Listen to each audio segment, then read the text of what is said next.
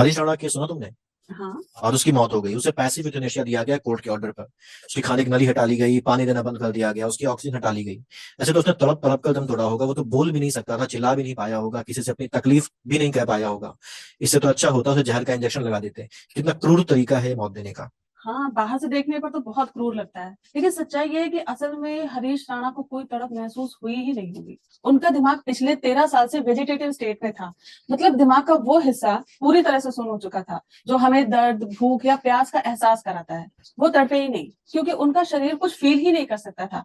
बस मशीनें उनकी सांसें चला रही थी। क्योंकि उनका दिमाग दर्द या भूख महसूस करने की पोजीशन में ही नहीं था, इसलिए उन्होंने कोई तड़प या छटपटाहट महसूस ही नहीं की। ऐसा नहीं था कि वो अंदर से कुछ कहना चाहते थे और कुछ कह नहीं पा रहे थे।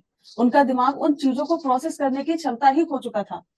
हरीश का लाइफ सपोर्ट एम्स की पैलिएटिव केयर यूनिट की निगरानी में हटाया गया था। पैलिएटिव केयर मतलब? पैलिएटिव केयर यूनिट का मतलब होता है कि वो यूनिट जहाँ के डॉक्टरों का काम ही ये होता है कि जीवन के अंतिम क्षणों को पूरी तरह से दर्द रहित और पीसफुल बनाया जाए। शरीर में होने वाले किसी भी इनवॉलेंटरी रिफ्लेक्स को शांत करने के लिए उन्हें जरूरी दवाएं दी जा रही थी, ताकि शरीर को कोई भी कष्ट ना हो।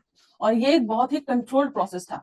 यानी कि उनको कोई दर्द नहीं हुआ और वो बिना किसी तकलीफ के इस दुनिया से चले गए। तो इतना लंबा प्रोसेस अपनाने की क्या जरूरत थी? केवल एक साधारण से जहर के इंजेक्शन से उनको मुक्ति दी जा सकती थी, जिसमें इतना लंबा प्रोसेस भी ना होता और वो इसी तरीके से बिना किसी तकलीफ के दुनिया से चले जाते। ये सवाल कई लोगों के दिमाग में आया होगा कि उनको डायरेक्ट इंजेक्शन देके ही क्यों नहीं मार दिया। तो क्योंकि इंडिया में जहर का इंजेक्शन देकर किसी की जान लेना मर्डर माना जाता है। वो गैर कानूनी है। इसे एक्टिव यूथेनेशिया कहते हैं। लेकिन जो हरीश के साथ हुआ वो पैसिव यूथेनेशिया था। पैसिव यूथेनेशिया का मतलब होता है कि कुदरत को अपना काम करने देना। आप खुद सोचो, एक इंसान 13 साल से बेड पर है, ना बोल सकता है, ना हिल सकता है।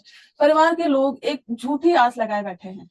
पैसा पानी की तरह बहा रहे हैं, और डॉक्टर कह चुके हैं कि अब इनके ठीक होने का 0% चांस है। आप ही बताइए, अगर किसी इंसान के ठीक होने की कोई उम्मीद ना हो, तो क्या उसे मशीनों पर जिंदा रखना सही है, या उसे शांति से जाने देना चाहिए?